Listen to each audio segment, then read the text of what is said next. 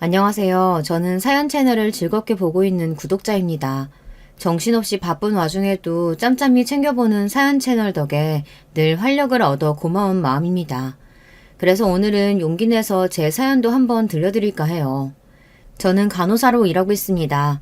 10년 가까이 대학병원 간호사로 눈코 뜰 새 없이 바쁘게 살아가다 작년에 개인병원으로 이직하게 되었어요.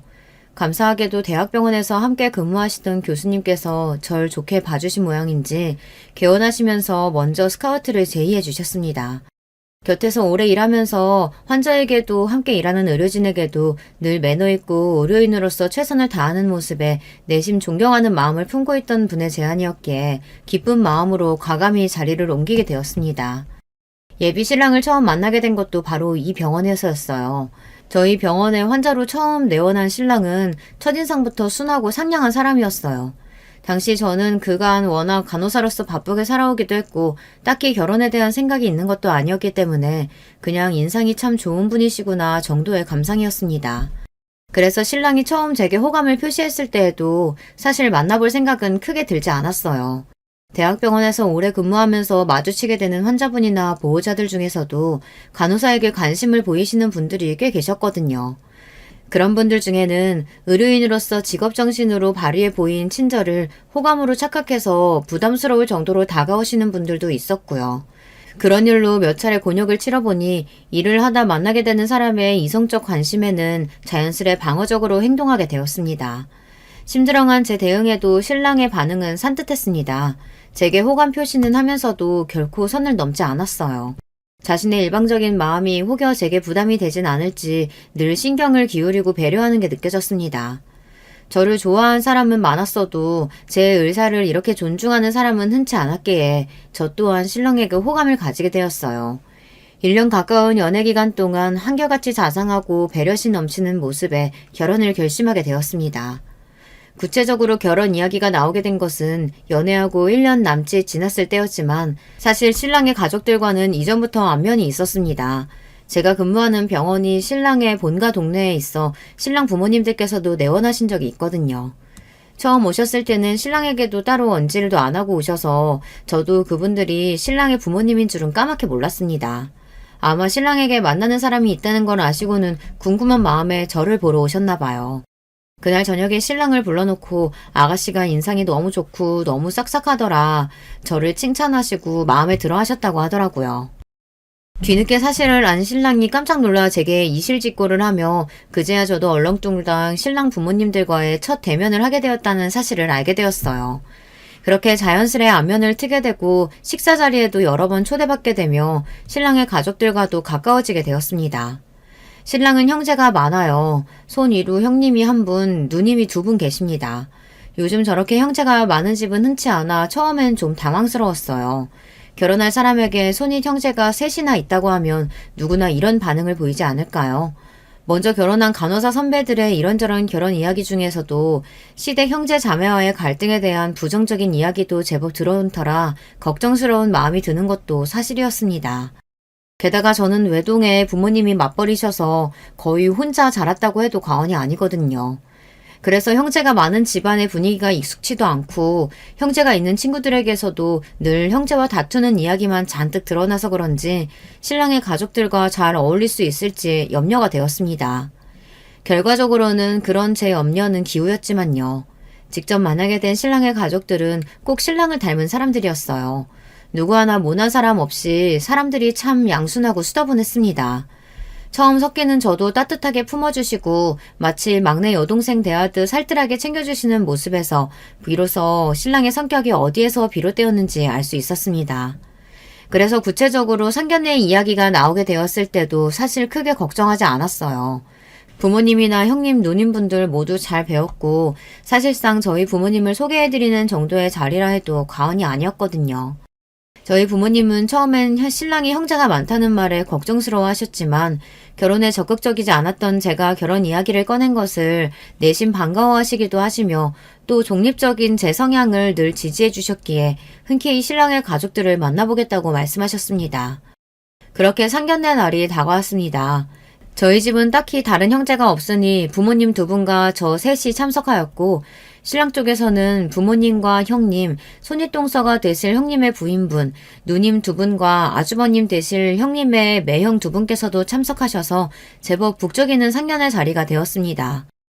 누님의 남편분들도 이전에 우리 처남 여자친구분 맛있는 거 사드려야 한다며 한사코 고집을 피우셔서 몇 차례 식사를 함께 한 적이 있었거든요.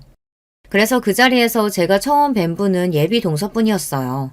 형님께 듣기로는 몇 년 전에 피부과 개원을 해서 항상 정신없이 바쁘다며 이번에도 인사를 못 시켜 미안하다며 머쓱해 하셨던 게 떠올랐습니다.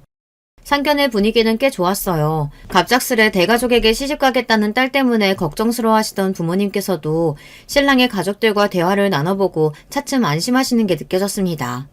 같은 부모의 입장으로 형제 많은 집에 귀한 딸을 보내려는 저희 부모님의 염려를 이해하고 감사를 표하시는 신랑 부모님의 모습에 역시 결혼을 결정한 건 잘한 일이라는 생각이 불쑥 솟아 살짝 어깨가 으쓱하게 됐습니다. 기분 좋게 풀어진 분위기에 가볍게 반주까지 한 잔씩 오가면서 상견례 자리는 양가에 모두 만족스럽게 마무리되었어요. 이 자리에서 처음 뵙게 된 예비 동서는 별말 없이 조용히 식사만 해서 이야기를 나눌 기회는 없었지만요. 그분 입장에서 저나 제 부모님들도 처음 보는 사람들인데 대면대면한 게 당연한 일이겠거니 대수롭지 않게 생각하고 넘어갔습니다. 앞으로 평생 보게 될 사람인데 이야기 나눌 기회야 충분하지 않겠나 싶기도 했고요. 형님을 통해 예비 동서에게 넷이서 식사라도 한번 하자는 연락을 받게 된 건 상견례 바로 다음 날이었습니다. 그동안 숱하게 있었던 신랑 가족과의 모임에서 한 번도 모습을 보이지 않다가 갑작스레 연락을 받게 되어 조금은 의아하기도 했지만 이제 상견례도 했겠다. 직접 얼굴을 마주하기도 했으니 새롭게 식구가 될 제가 궁금하기도 했겠다 싶었어요. 그동안 가족들과 막내가 있었다고 해도 결혼 이야기가 오갈 때도 아니고 그저 여자친구니까 크게 신경이 쓰이지 않았다 하더라도 이제는 손 아랫동서가 될 사람이니 이런저런 이야기도 나누고 싶으실 테고 저도 예비 동서와 잘 지내고 싶은 마음이 컸기 때문에 곧장 약속을 잡았습니다. 약속 장소는 형님 댁이었습니다. 그간 자주 얼굴을 보기는 했지만 형님 댁으로 방문한 건 이번이 처음이어 조금 긴장했어요. 상견례 이후라서 그런지 이제 진짜 가족이 될 사이라 생각하니 솔직히 더 잘 보이고 싶은 마음도 컸습니다. 그래서 신랑과 상의해서 첫 방문 선물도 고심해서 골랐습니다.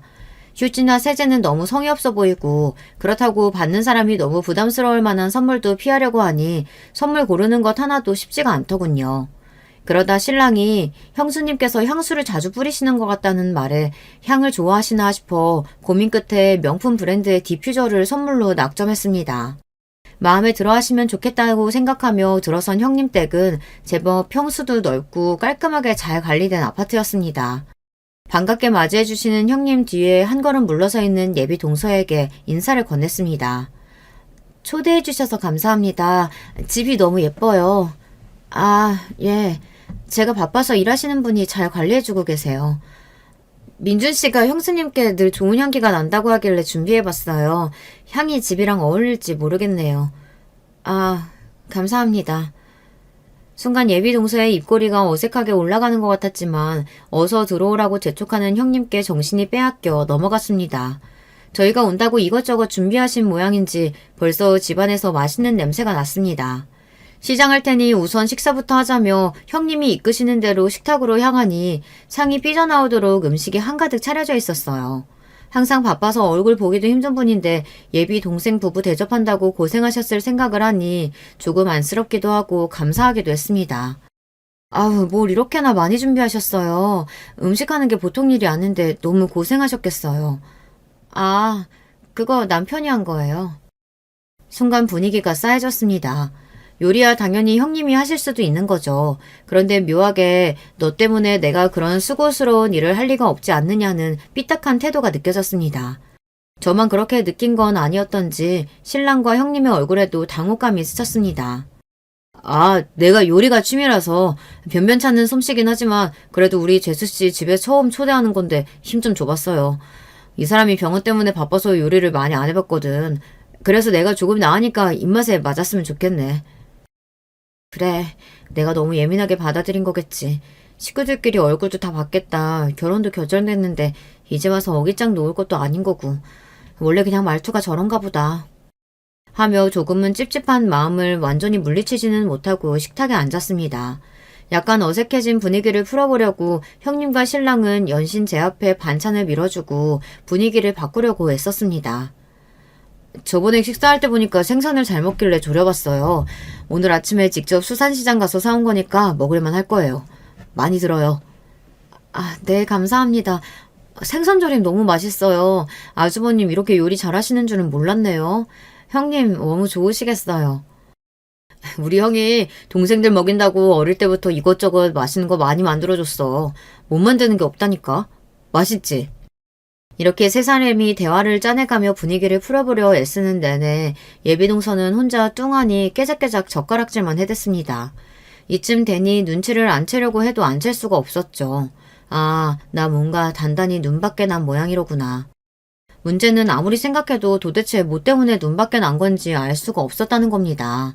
예비 동서를 본 건 일주일 전 상견례 날이 처음이었어요.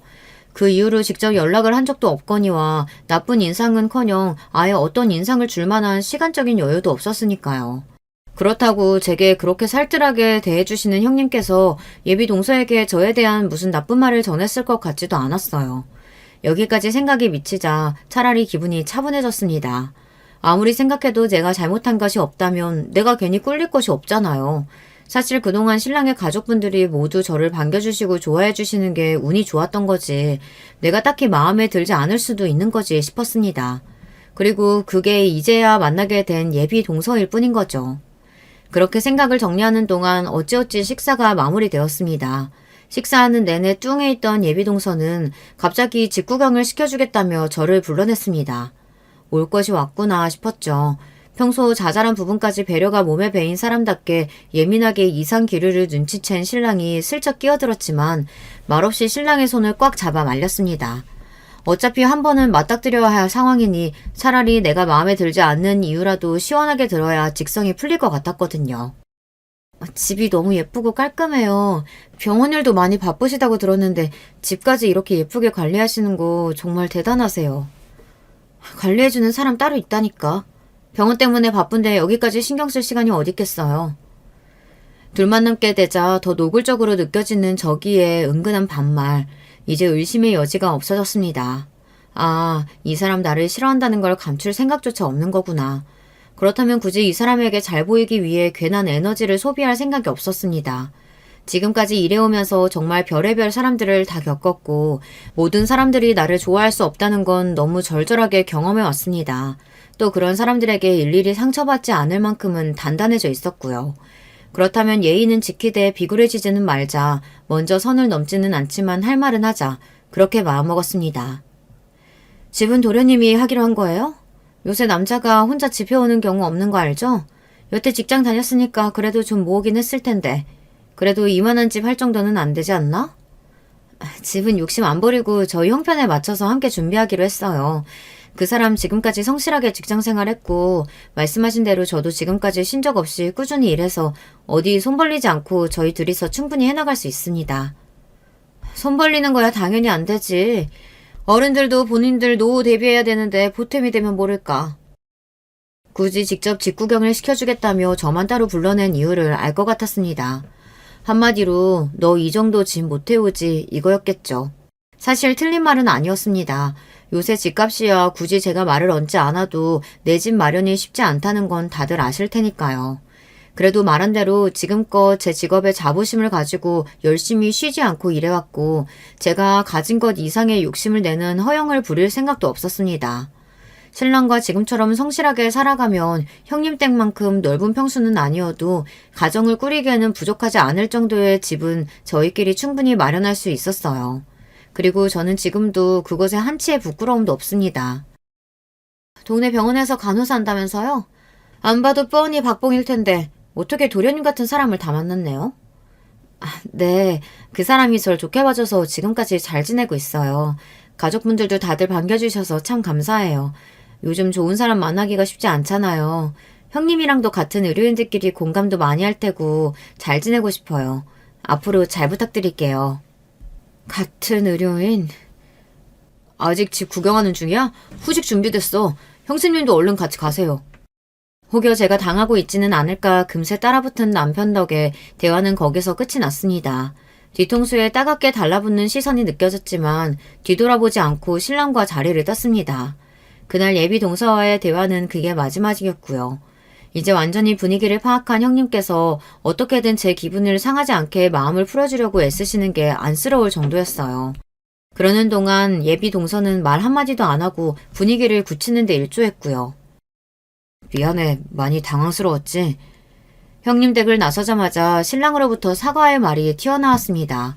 사실 사과해야 할 사람은 따로 있지만 그래도 눈치 없이 굴지 않고 제 마음부터 도닥이는 신랑의 말에 괜히 눈물이 날 것 같았어요. 당당하게 행동하자고 다짐했지만 그래도 낯선 사람의 저기와 마주하는 일은 여전히 어려운 일이니까요. 제 딴에는 잘 지내보고 싶어서 신경 써서 선물까지 준비해 갔는데 그런 대접을 받으니 속으로는 마음이 많이 상했던 것 같습니다. 형수님이 평소에 말수도 많이 없으시고 바빠서 우리 식구들이랑은 자주 만날 일이 없어. 내가 신경을 많이 못 썼어. 오늘 자기 마음 많이 상했을 텐데 앞으로는 둘이 최대한 마주치는 일 없도록 내가 더 신경 쓸게. 솔직히 오늘 많이 당황스러웠던 건 맞아. 그동안 자기 가족들이 다 너무 잘해주셔서 이런 일이 생길 줄은 몰랐거든. 저는 굳이 숨기지 않고 예비 동서와 단둘이 있을 때 나눴던 대화를 신랑에게 전해주었습니다. 처음에 한 번은 그냥 넘어갈까 싶기도 했지만 나 혼자 참아봐야 상대방이 태도를 바꾸지 않으면 같은 일이 또다시 반복되리라는 건 불보듯 뻔한 일이니까요. 무엇보다 시작부터 신랑에게 감추는 일을 만들고 싶지 않았어요. 제 말을 들을수록 신랑의 얼굴이 사색이 되어갔습니다. 형수님께 반드시 사과를 받아야 한다며 답지 않게 흥분하는 신랑을 보며 그래도 이 사람이 내 편이니 당당하게 행동하길 잘했다는 생각이 들었습니다. 솔직히 별로 사과받고 싶은 생각은 없어. 방금 전까지 그렇게 말했던 사람이 갑자기 생각이 바뀐 것도 아닐 거고 그런 사람이 사과하는 게 뭐 얼마나 의미가 있겠어. 대신 앞으로는 나 안 참을 거야. 내가 불어 일을 키우지는 않을 테지만 그쪽에서 무례하게 군다면 나도 할 말 다 할 거고 싸울만 하면 싸우기도 할 거야. 그래도 괜찮겠어? 신랑은 두말 없이 제 편을 들어주었습니다. 혹여나 이런 일이 일어난다면 절대 숨기지 말고 자기한테 꼭 말해야 한다며 다짐도 단단히 받아냈고요. 신랑과 확실하게 이야기를 끝내고 나자 무거웠던 마음도 조금은 가벼워지는 것 같았습니다. 앞으로 어떻게 대처해야 할지도 어느 정도 정리가 되는 기분이었어요. 예비 동서로부터 연락을 받은 건 다음날 근무 시간 중이었어요. 근무 중에 저장되지 않은 번호로 연락이 와서 받지 않고 넘겼더니 문자가 왔더라고요. 지금 본인 병원 근처에서 좀 보자고. 순간 눈을 의심했습니다. 본인도 피부과 개원이니까 지금이 제 근무 시간이라는 건 당연히 알고 있을 텐데 다짜고짜 나오라니요. 그것도 본인이 찾아왔다는 것도 아니고 저보고 오라니. 대번에 사람을 깔보는 듯 했던 눈초리가 떠올랐습니다. 평소 근무 중에 핸드폰을 잘 들여다보지 않는 제가 눈에 띄게 굳은 표정으로 문자를 바라보자 선생님께서도 이상한 낌새를 느끼셨는지 무슨 일이 있느냐 물으셨어요. 근무 중엔 일이 최우선이라는 평소 생각답게 금세 표정을 바꾸고 일단 일에 집중했습니다. 답장을 한 건 근무가 끝난 다음이었어요. 근무가 이제 끝나서 연락드립니다. 하실 말씀 있으신가요? 바로 전화가 오더군요. 내가 연락한 게 언젠데 뭐가 그렇게 바쁘다고 이제야 문자 한 통 덜렁 보내요? 근무 중이었어요. 근무 시간에 연락하신 거면 혹시 급한 일이실까요? 손이 동서 될 사람이 연락한 거면 당연히 빨리 연락해봐야겠다는 생각 안 들어요? 끝났으면 이쪽으로 넘어와요. 손이 동서 될 사람이라고 이제 겨우 2번 본 사람이 이렇게 사람을 오라가라 해도 되는 건가요? 기가 찰 노릇이었습니다. 할 말은 굴뚝 같았지만 무려 평일 근무 시간에 당장 나오라는 소리를 해가며 해야 할 말이 있다는 게 대체 뭔가 싶어 일단 알았다고 했습니다. 그 와중에도 병원 주소는 안 보내고 병원 이름만 덜렁 이야기해서 검색을 하고 있자니 이게 대체 뭐하는 짓인가 싶더군요. 어이가 없었지만 이 갑작스러운 사태에 대한 자초지정을 신랑에게 톡으로 남겨두고 약속 장소인 예비동서 병원 맞은편의 카페로 들어섰습니다. 바로 본인 병원 앞인데도 미리 나와 있지는 않았는지 예비 동서의 모습은 보이지 않았습니다. 도착했다는 전화에도 좀 기다리라더니 30분이 다 되어서야 못 씹은 표정으로 카페의 문을 열고 들어오는 예비 동서의 모습을 볼 수 있었습니다. 느릿느릿 제 쪽으로 걸어오는 예비 동서는 제 맞은편에 팔짱을 끼고 앉더니 한참을 말없이 저를 쳐다보았어요. 꼭 말로만 듣던 못된 시어머니 같더군요. 정작 진짜 시어머니가 될 분의 선한 눈매가 떠오르자 어떻게든 제 기를 죽이려고 드는 제 눈앞에 예비 동서의 모습이 가당찮게 느껴졌습니다. 그때였습니다. 결혼 진짜 할 거예요? 순간 이게 무슨 소린가 싶었습니다. 무슨 말씀이신가요? 결혼 진짜 할 생각이냐고. 너무 기가 막혀서 말문이 탁하고 막히더군요. 순간 어이가 없어 굳어있는 제 모습을 어떻게 해석한 건지 동서의 태도가 기고만장해졌습니다. 그러더니 언제 꺼다 놓은 보리자루처럼 입국 다물고 있던 사람이었는지 의심스러울 정도로 포관을 쏟아내기 시작했어요. 솔직히 어제 우리 집 와봤으면 생각이 있는 사람이면 뭔가 좀 느끼는 게 있어야 하는 거 아닌가? 결혼이 무슨 애들 장난도 아니고 고만고만하게 뭐 맞는 게 있어야 하는 거지. 이건 처져도 너무 처지는 거 아니야? 순간 놀라서 손이 덜덜 떨렸습니다. 저를 마음에 들어하지 않는다는 건 알고 있었지만 저렇게 대놓고 원색적인 태도로 나올 거라고는 생각을 못했었거든요. 요즘 세상에 부모 반대도 저렇게까지는 안 하겠다 싶을 판에 손윗동서가 저렇게 몰상식하게 본인 시동생 결혼을 파토내겠다며 상대방을 따로 불러내서 대거래한다는 게 제 상식으로는 도저히 이해가 가지 않았습니다. 처지다뇨? 제가 민준 씨한테 처진다는 뜻인가요? 그럼 도련님이 그쪽한테 처지겠어요? 무슨 당연한 소리라고 있어. 그쪽 동네 병원 간호사 한다면서. 그럼 몇 년이나 더 일하겠어? 결혼하고 일함답시고 애 낳기 전까지 좀 깔짝거리다가 집에 들어앉겠지. 집도 말이 같이 한다는 거지. 몇 년 일하다가 집에 들어앉으면 결국 그 집 다 우리 도련님이 해오는 거 아니야? 나 결혼할 때는 한창 개혼한다고 정신없을 때여도 집 딱 반반 맞춰서 해왔어. 사람이 처지면 인간적으로 챙겨올 거라도 제대로 챙겨야 기본 예의 아니야? 요새는 다들 왜 이렇게 양심이 없나 몰라. 양심... 그럼 양심이 없지. 지금 그쪽 태도가 양심 있는 사람이에요? 애초에 직업도 그래. 내가 진짜 저번에 기가 막혀서. 같은 의료인? 누구랑 비교하는 거야 진짜. 이봐요. 그쪽이랑 내가 같은 의료인이에요? 의사랑 간호사가 같은 의료인? 지금 여기 있는 사람 아무나 붙잡고 물어봐. 누가 의사랑 동네 간호사를 같은 의료인이라고 하나. 양심이 없으면 주제 파악이라도 제대로 하든가. 기도 안 차네 진짜. 말 같지도 않은 말이 이어질수록 뒷목이 뻐근해졌습니다. 도대체 저 사람은 뭐가 문제인 걸까요?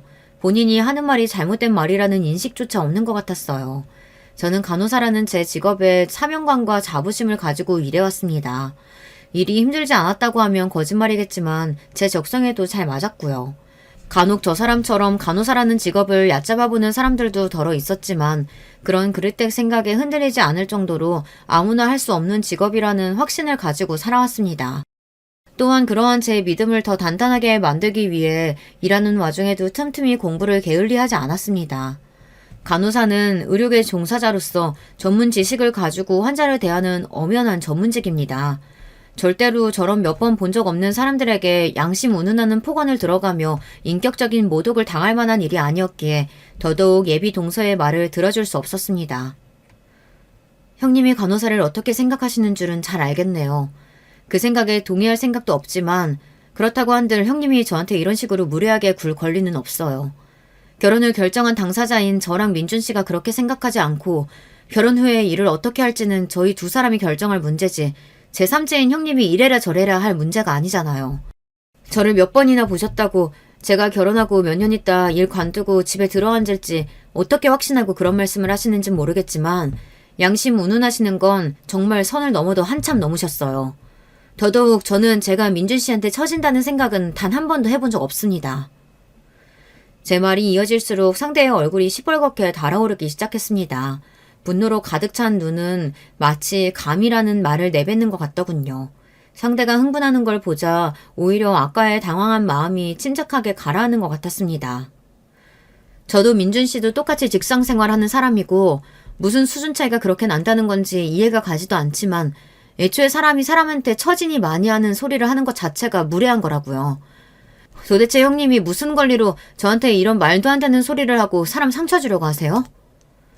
제 말의 어느 부분이 버튼이 눌린 건지 예비동서의 눈이 순식간에 뒤집히는 게 보였습니다.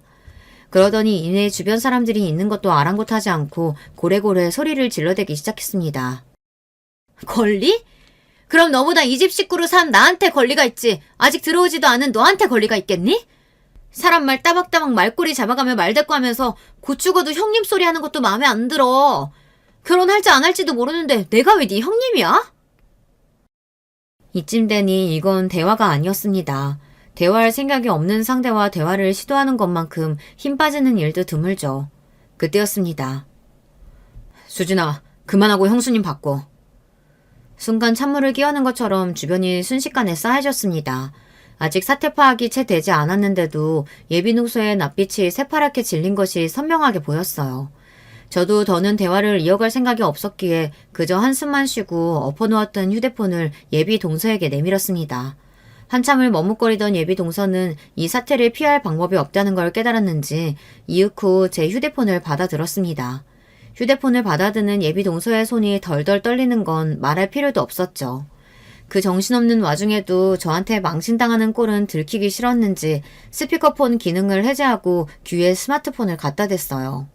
아무 말도 하지 않고 그저 신랑이 하는 말을 듣는 예비 동서의 시시각각으로 변하는 얼굴이 제법 볼만했습니다. 도대체 무슨 말을 하길래 아까 내게 보였던 그 오만방자한 태도는 쏙 들어가고 불쌍하기 짝이 없는 꼴이 되었는지 순간 측은한 마음이 들기도 했지만 다시 직전에 아득바득 절 깔아뭉개지 못해 안달이 났던 모습을 다시금 떠올리며 누가 누굴 걱정하나 지금 이런 상황에 처한 나나 걱정해야지 마음을 다잡았습니다. 통화가 끝났는지 예비동서는 제 쪽을 쳐다보지도 않고 테이블에 스마트폰을 올려두고는 황급히 자리를 떠났습니다. 저는 아직 끊어지지 않은 전화를 붙잡고 대체 무슨 말을 했냐고 물었지만 신랑은 묵묵부답이었습니다. 그 난리를 통화로 다 전해들었으니 신랑도 제게 얼마나 민망하겠어요. 그저 데리러 올 테니 조금만 기다리라는 말로 전화 통화를 마쳤습니다. 사실 저도 통화를 할 생각까진 못했어요. 그래도 무슨 말을 듣게 될지 모르니 녹음 정도는 생각해봤지만 약속 장소로 나오기 전 보낸 톡을 확인한 신랑의 태도는 단호했습니다. 처음엔 아예 본인도 같이 나가겠다고 하는 걸 한사코 말렸습니다. 가뜩이나 나를 도끼는 뜨고 보는데 시동생이 같이 나오면 또 나를 뭐라고 생각하겠느냐. 자기가 같이 나가면 나한테 하려던 말을 그대로 하겠느냐. 겨우겨우 뜯어 말린 결론이 통화 연결이었습니다. 도대체 무슨 말씀을 하시려고 너한테 이렇게까지 경우 없이 행동하시는 건지 나도 직접 들어봐야겠다는 신랑의 성화에 도저히 잠재울 수 없었거든요. 그 결과가 이렇게까지 참담하리라고는 저도 예상 못했지만요. 저를 데리러 온 신랑은 제 앞에서 차마 고개를 들지 못했습니다. 한참을 말을 잇지 못하던 그는 미안하다는 말만 되풀이하더군요. 본인 잘못도 아닌데 생각지도 못한 예비 동서 때문에 본인도 당혹스러울 그가 몸둘 바를 몰라 하자 보는 저는 속이 상했습니다. 앞으로 형수님 연락은 일절 받지 마. 그럴 일도 없겠지만 혹여나 연락해야 할 일 생기더라도 내가 다 알아서 할게. 앞으로 절대 부딪히는 일 없도록 할게. 미안해 정말. 저 역시 더는 이런 피곤한 일을 겪고 싶지 않았기에 신랑이 하자는 대로 따르기로 했습니다.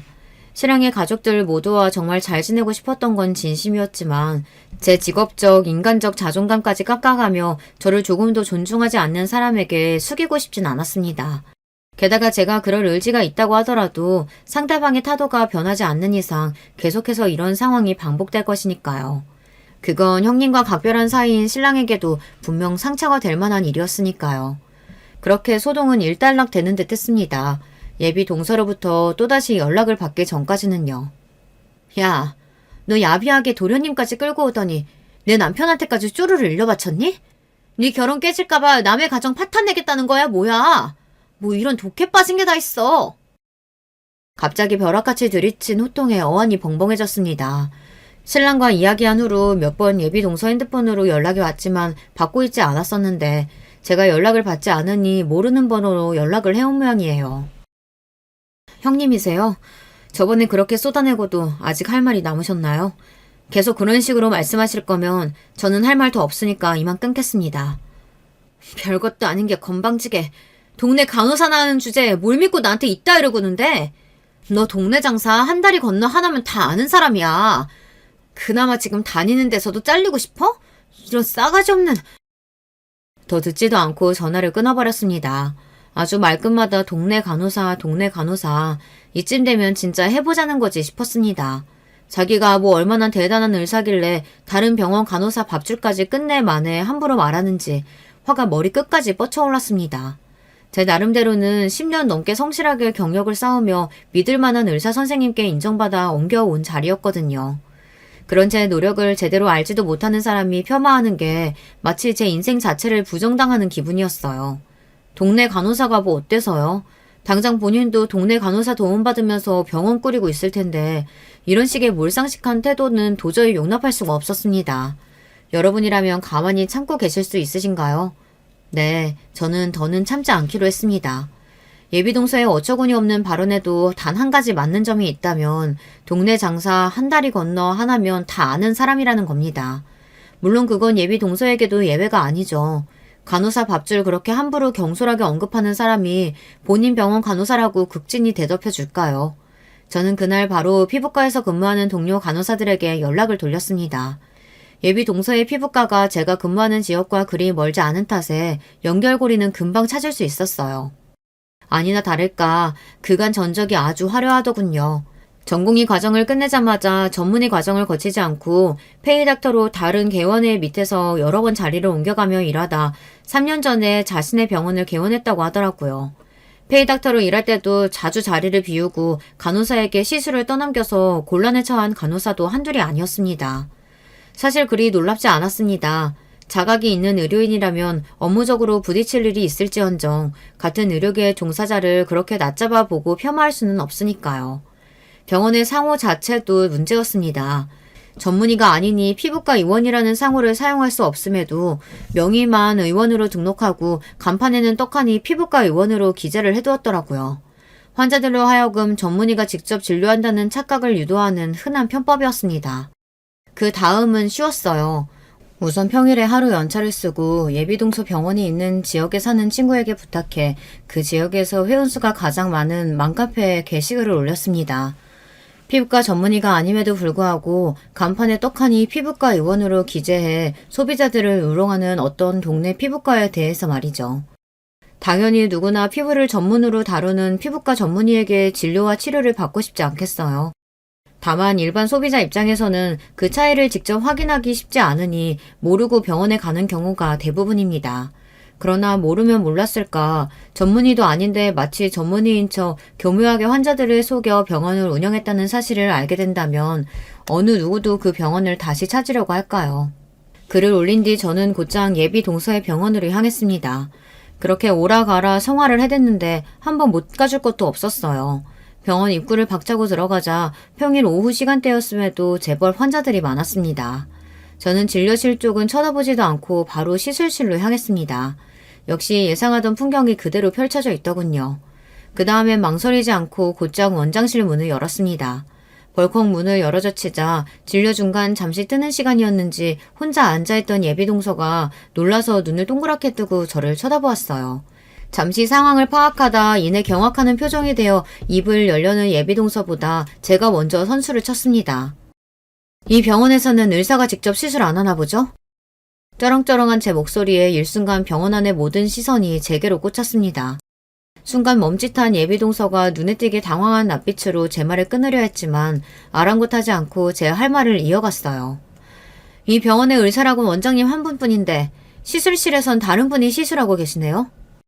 갑작스러운 저의 등장으로 조용했던 병원 안이 웅성웅성 소란스러워지기 시작했습니다. 네, 의료 종사자가 아닌 사람들은 착각하기 쉽지만 주사를 비롯한 모든 피부과 시술은 법적으로 의사가 하게 되어 있습니다. 흔히 환자들의 입장에서는 병원 내에 근무하는 사람이니 그중 누군가가 시술을 해도 그러려니 하지만 시술은 엄연히 의사의 몫입니다. 제가 직전에 확인한 시술실에서는 간호사가 주사를 시술하고 있었습니다. 이전에 페이닥터로 일했던 곳에서도 대리 시술로 여러 간호사들에게 곤욕을 치르게 한 바가 있는 사람이니 본인이 원장인 병원에서는 얼마나 제멋대로 행동했을지 자명한 일이었습니다. 다급히 제 입을 막으려 드는 예비동서를 뒤로하고 저는 쐐기를 박았습니다. 근데 대리 시술은 불법이잖아요. 여기 원장님도 피부과 전문이 아니라던데. 웅성거리던 소리는 이내 큰 소리로 바뀌었습니다. 대리 시술이 불법이라는 걸 몰랐던 환자더라도 면전에서 불법 시술이 자행되고 있다는 말을 들었는데 아무렇지 않아 하는 게 더 이상한 거겠죠. 당장 가장 격한 반응을 보인 사람들은 실시간으로 시술을 받고 있던 환자들이었어요. 제 목소리가 시술실까지 흘러 들어갔던 모양입니다. 시술실을 박차고 나온 환자들은 잔뜩 흥분한 얼굴로 예비동서에게 무서운 기세로 따지기 시작했습니다. 이거 지금 불법 시술이에요? 나 여기 다닌 지 6개월 넘었는데 그럼 내날 불법 시술 받은 거예요, 나? 나 얼굴에 무슨 문제 생기면 당신이 책임질 거야? 여기 갖다 바친 돈이 얼만데 그럼 이때까지 시술도 직접 안 하고 내 돈 꽁으로 먹었다는 거야? 여기 피부과 의원이라길래 당연히 피부과 의사가 진료하는 줄 알았지. 그럼 피부과 의사도 아니면서 속이고 장사한 거야? 마침 사람이 많았던 만큼 소란은 걷잡을 수 없이 커졌습니다. 예비동서의 병원은 그동안 그 지역에서 제법 자리를 잡은 모양이었습니다. 처음 들어설 때 목적이 확실했던 만큼 보이지 않던 것들이 할 말을 하고 나자 보이기 시작했어요. 의사는 본인 하나뿐이었지만 간호사 수도 여럿 되었고 혼자서 개업한 병원치고는 제법 규모가 큰 편이었습니다. 이 정도 병원에 저 정도 환자 수면 수입이 적은 편도 아닐 텐데 그렇게 일이 하기 싫었으면 차라리 페이닥터라도 들여 합법 시술을 할 일이지라고 생각하며 속으로 혀를 쳤습니다. 그리고는 동병상련의 마음으로 이 당황스러운 상황 속에서 이리 뛰고 저리 뛰는 가엾은 간호사들을 바라보았어요. 아무리 원장의 지시사항을 거부할 수 없는 간호사의 입장이라 할지라도 불법 시술 장면을 환자들에게 적나라하게 노출당한 직후이니 그들도 마른 하늘에 날벼락을 맞은 꼴이었을 테니까요. 그 와중에도 성난 시술 환자들의 항의는 도무지 잦아들 줄 몰랐습니다. 불법 시술에 무슨 돈을 내? 환불해! 당장 환불해! 오늘 것만 말하는 게 아니라 그동안 냈던 것도 싹 다 돌려받아야 돼. 사람이 이렇게 많은데 겁도 없이 불법 시술을 하는데 이전이라고 안 했겠어? 저거 의사 가운 싹 벗겨버려야 돼. 환자들도 동네 사람들이다 보니 죄다 건너 아는 사이로 보였습니다. 아는 사람들끼리 서로 쿵짝이 맞아 쉴 틈 없이 몰아붙이니 거기서 제가 뭘 더 할 일도 없었습니다. 어리둥절하게 상황을 지켜보던 대기 환자들도 슬그머니 병원 밖으로 나서기 시작했습니다. 동네 장사에서 성난 동네 소비자만큼 무서운 것도 없죠. 이제 저들이 소문에 날개를 달아줄 겁니다. 갑작스럽게 맞닥뜨린 상황에 제대로 대꾸도 못하는 예비동서를 지그시 바라보고는 저는 병원 문을 나섰습니다. 상견례에서부터 오늘에 이르기까지 비록 짧은 시간이긴 했지만 제 나름대로 마음에 맞힌 게 많은 만큼 속이 시원하지 않을까 했는데 생각만큼 극적인 기분이 들지는 않았습니다. 제가 예비동서의 병원에 대한 게시글을 올리고 병원까지 찾아와 말 몇 마디 더 보태기는 했지만 이야기한 건 모두 사실 그대로일 뿐 그걸로 예비동서가 제게 진심 어린 사과의 말을 건네거나 반성한 일은 없다는 걸 잘 알고 있기 때문일지도 모릅니다. 단지 도대체 왜 그렇게까지 처음 보는 내게 적개심을 가지고 내 행복을 깨트리려고 안간힘을 썼을까 입맛이 있었습니다. 그렇게 생각에 잠겨있던 저는 누군가 팔을 획 채는 느낌에 정신을 번쩍 차렸습니다. 너 무슨 억하심정으로 여기까지 와서 내 병원에 깽판을 놔? 아직도 저 스스로를 피해자라고 생각하는 모양이었습니다. 아, 이 사람은 사태가 이 지경까지 와도 반성하지 않는구나. 저는 제 팔을 붙든 예비동서의 팔을 차갑게 뿌리치고는 비로소 하고 싶은 말을 이어갔습니다. 저 아주버님께 고자질한 적 없어요. 뭐? 아주버님한테 형님이 한 말 고자질한 적 없다고요. 예비동서에게 전화로 폭언을 들은 이후 신랑에게 들은 바로는 예비동서의 만행이 형님께 전해진 건 신랑으로부터였습니다. 저와 예비동서 간 연락을 차단하려면 다른 사람은 몰라도 형님에게는 상황을 전해야 했을 테니까요. 신랑은 그날 카페에 있었던 일을 처음부터 끝까지 통화 녹음을 해두었다고 하더라고요. 신랑 역시 그 일로 형님과의 사이가 틀어질까 염려가 되었지만 그럼에도 자신을 믿고 결혼을 진행하기로 결심한 저를 생각하고 형님에게 통화 녹음을 들려드렸다고 합니다. 거기까지는 생각을 못했던 저는 사실을 알고 당황했지만 신랑은 아무리 생각해도 그것보다 더 상황을 정확하게 전달할 방법이 없다고 생각했다고 말했습니다. 그러니까 아주버님께서 들으신 말 전부 형님에게서 나온 말이지 제 입에서 나온 말은 하나도 없어요. 애초에 저는 형님 가정이 어떻게 됐든 형님한테 관심 없어요. 그러니 원망을 하려거든 제가 아니라 스스로를 원망하세요. 예비동서는 순간 할 말을 잃은 모양이었습니다. 예비동서와 형님 사이를 이간질하는 사람이 저라고 한치의 의심도 하지 않은 것 같아 보였어요. 아랑곳하지 않고 저는 제 할 말을 담담히 계속했습니다. 동네 간호사를 하도 무시하셔서 그래도 의료인으로서 자긍심은 지키실까 했는데 그것도 아니었네요. 애초에 형님은 저를 무시할 수 있는 자격이 없는 사람이에요. 형님 같은 사람한테 비하당할 만큼 저 간호사로서 허투루 살지 않았어요. 제가 싫으셨으면 그냥 속으로 싫어하시는 것만 하지 그러셨어요. 어차피 서로 피하려고 하면 충분히 피할 수 있었을 텐데. 지금은 아니지만 처음에 형님이랑 정말 잘 지내고 싶었던 건 진심이에요. 이제부터 저는 형님은 없는 분이라고 생각할 테니 형님도 그렇게 알고 지내셨으면 좋겠네요. 제 할 말을 마친 저는 후련한 마음으로 돌아섰습니다. 결말이 좋지는 않았지만 그래도 나중에 마음에 맺힌 것 없도록 당사자에게 다 털어냈고 미련이 남을 것 같지도 않았습니다. 물론 결혼을 준비하는 와중에 뜻하지 않게 겪지 않아도 될 좋지 않은 일들을 겪게 되었지만 모든 사람이 다 내 마음 같을 수는 없는 거겠죠. 그 이후로 제가 맘카페에 올려뒀던 게시글을 따로 지우거나 하지는 않았습니다. 이미 소문이야 퍼질 대로 퍼졌고 평판이 전부라고 해도 과언이 아닌 동네 장사에서 기만은 결코 용서받을 수 없는 잘못이었어요. 불법 대리 시술에 대한 신고도 이미 여러 차례 들어간 것으로 알고 있습니다. 같은 의료인으로서 불법 시술은 변명의 여지 없는 잘못이므로 그 부분에 대해서는 안타까운 마음조차 들지 않았습니다.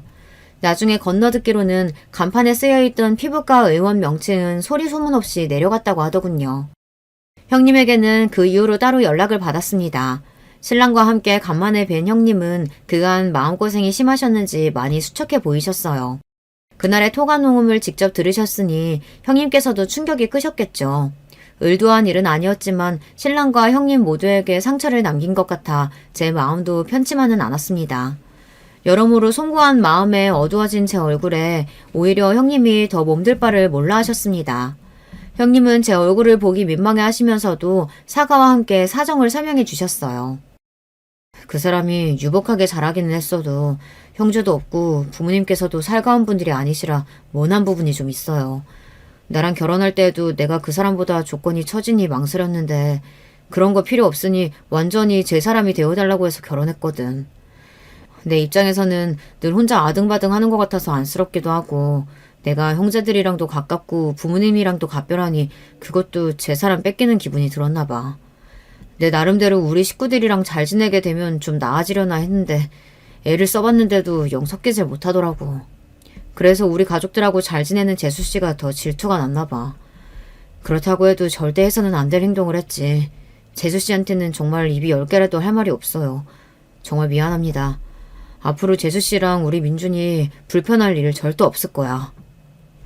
세상에 사정 없는 사람이 누가 있을까요? 형님 말씀을 들으니 예비 동서에게 조금은 안타까운 마음이 들기도 했습니다. 그러나 역시 형님 말씀처럼 그렇다고 해서 그런 행동을 하는 게 용납될 수는 없겠죠. 무엇보다 그 이후로 예비 동서에게 따로 사과의 말을 듣거나 하는 일은 없었습니다. 충분히 예상한 일이었기에 별 다른 생각은 들지 않았어요. 그보다 이 일로 혹여나 신랑과 형님의 사이가 틀어지지 않을까 걱정했던 일이 일어나지 않았다는 것으로 만족하기로 했습니다. 결과적으로 결혼식은 가족들의 사랑과 배려 속에서 행복하게 잘 치러졌습니다. 이제는 정말로 법적으로 제 손윗동서가 된 예비 동서만 빼고요. 그 과정을 가족들에게 이해시키기 위해서 신랑과 형님이 나머지 가족분들에게 어떤 이야기를 했는지 저는 구체적으로 알지는 못합니다. 신랑과 형님은 제가 했던 약속 그대로 그 이후로 제가 동서 때문에 불편한 일은 일절 만들지 않았습니다. 가족들 역시 대강 사정을 알게 된 듯 했지만 불어 제 앞에서는 내색하지 않으려고 하시는 게 눈에 보였어요. 저 역시 그 이후로 동서와 연락을 한다든가 직접 대면하는 일은 없었습니다. 여전히 저를 살뜰하게 잘 챙겨주시는 시댁 가족들을 볼 때면 가끔 이 사이에서 어울리지 못했다는 동서가 문득 생각날 때도 있었지만 그저 이렇게 지내는 관계라는 것도 있는 거겠죠. 물론 모든 식구가 처음 만났을 때처럼 화목하게 오순도순 지낼 수 있다면 그보다 더 좋을 수는 없겠지만요. 저를 위해서도 또 형님을 위해서도 서로 거리를 두고 각자의 삶을 살아가는 게 나을 수도 있다는 점을 받아들이고 지내기로 했습니다. 지금까지 이렇게 지내는데 클 불만은 없습니다. 저는 제 결혼 생활과 시댁 식구들과의 관계에 충분히 만족하고 있고 여전히 간호사로서 하루하루를 열심히 살아가고 있습니다. 사람들과의 원만한 관계는 인생에 있어 정말 중요한 부분이에요. 하지만 그보다 더 중요한 것이 자존감을 잃지 않고 나 스스로를 중심에 두는 삶이 아닐까 하는 생각이 듭니다. 여러분들도 그 누구보다도 나를 소중히 여기는 오늘을 살아가셨으면 좋겠습니다. 긴 이야기 들어주셔서 감사합니다. 오늘도 행복하시길 바랄게요. 안녕하세요. 저는 남편하고 제가 아르바이트를 하고 있던 곳에서 만났어요. 그때 제 나이가 20대 중후반일 때였는데요. 저는 커피와 빵을 함께 파는 카페에서 마감 업무를 하고 있었고 남편은 그 근처에서 직장 생활을 하고 있었죠. 제가 그 나이에 아르바이트만 했던 건 아니고요. 사실 직장 일이 끝나고 나서 그러니까 퇴근 후에 추가로 일을 하고 있었던 거예요. 투잡이었는데 제 형편을 익히 아시는 직장 상사분께서 경업을 눈 감아주신 덕분에 가능했습니다. 조금 부끄럽고 민망하지만 분명한 사실인 건 제 친정 집안이 무척 불우하고 가난하다는 점이었네요. 그래서 저는 남편이 저에게 호감을 내비쳤을 때 망설이지 않고 딱 선을 그었어요. 저기 오빠, 저에게 관심 보여주시고 잘해주시는 건 진심으로 감사한데요. 제가 말씀드렸다시피 낮엔 직장 다니고 밤엔 아르바이트 하는 거라서 시간 자체를 내기가 힘들어요. 누굴 사귀고 이러는 것 자체가 저한텐 사치거든요. 가정사를 물어보는 건 너무 섣부른 것 같아서 그러지 않고 있었는데 혹시 너 혼자 집안의 생계를 책임져야 하는 상황인 거야? 형제자매는 없어? 너 아직 나이가 어린데 그럼 부모님도 연세가 그렇게까지 많으시진 않을 거 아니야.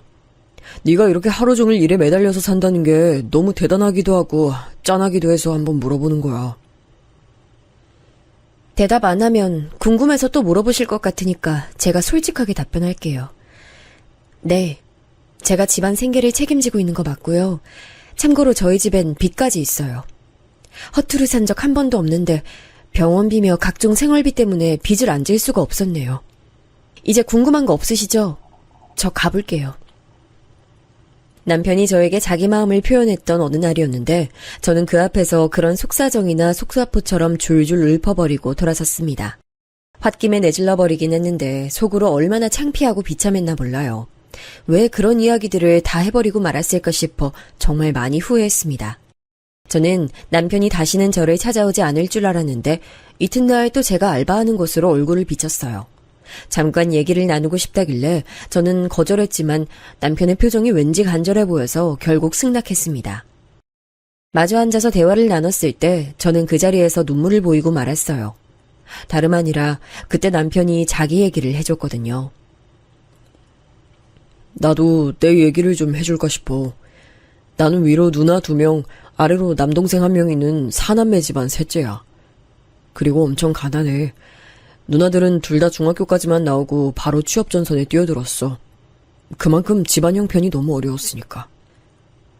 그런 집안 사정이 있을 줄은 몰랐어요.